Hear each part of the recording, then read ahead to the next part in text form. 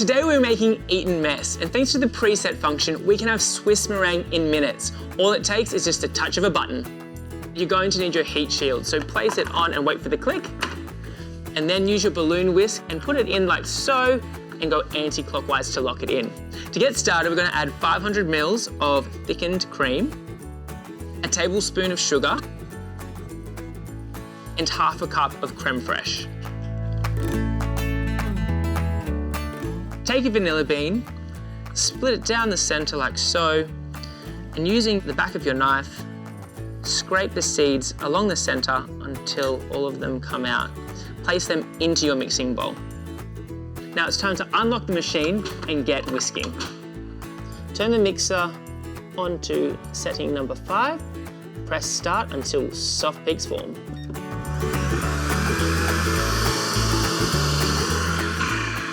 Now that our cream has reached soft peaks, we can now transfer it out of the bowl into another bowl, as we're going to need this for the Swiss meringue.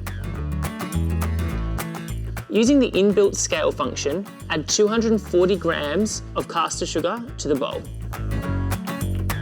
Now add 120 grams of egg whites, which is about 4 eggs. And then add 40 ml of water. Using the preset menu, select Swiss meringue, and then start.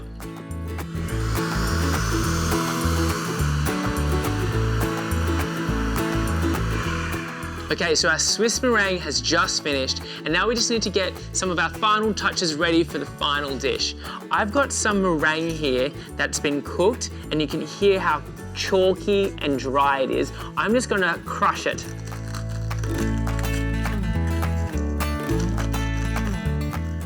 Brilliant, so you still want it to be a little bit chunky. Here is 1 cup of strawberries that I have just blended up and added 1 teaspoon of sugar. So we've got this nice strawberry natural topping. And now it's time to look at the Swiss meringue. Look how thick and glossy that is, that's perfect. What we're gonna do is put this into a piping bag, and then we're going to serve up.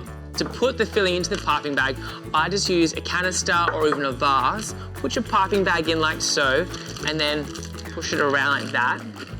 Then I grab my Swiss meringue. This is perfect, by the way.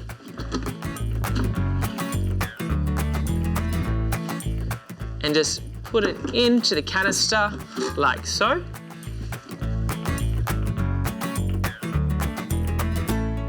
And make sure you don't overfill it.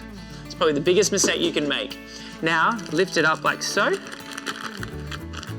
Seal the top and twist from the top down to get your filling right down to the bottom.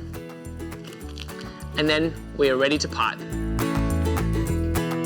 To serve, you're going to need a small bowl, or you could use some type of glassware.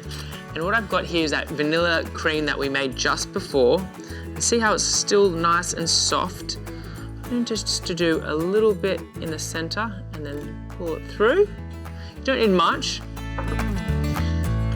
And then the white meringue that we just crushed before, I'm just gonna put all across. Now this adds great texture to the dish. And that strawberry topping that I made. Yum. Now for the fancy part that we made, the Swiss meringue. When cutting your piping bag, if you're using a disposable one, just make sure you start from the small side. Don't go straight up to the top. You can work our way to it, okay? And then just slowly twist. And as you'll see, it'll just start to come out nicely. And just dot the dessert with the Swiss meringue wherever you choose.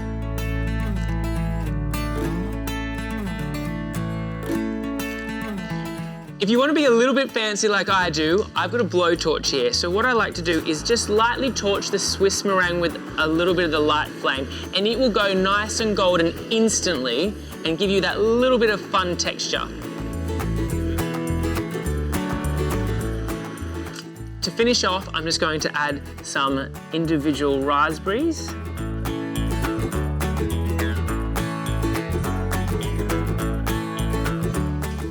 And there you have it, my eaten mess with Swiss meringue, all thanks to the Kenwood Cooking Chef.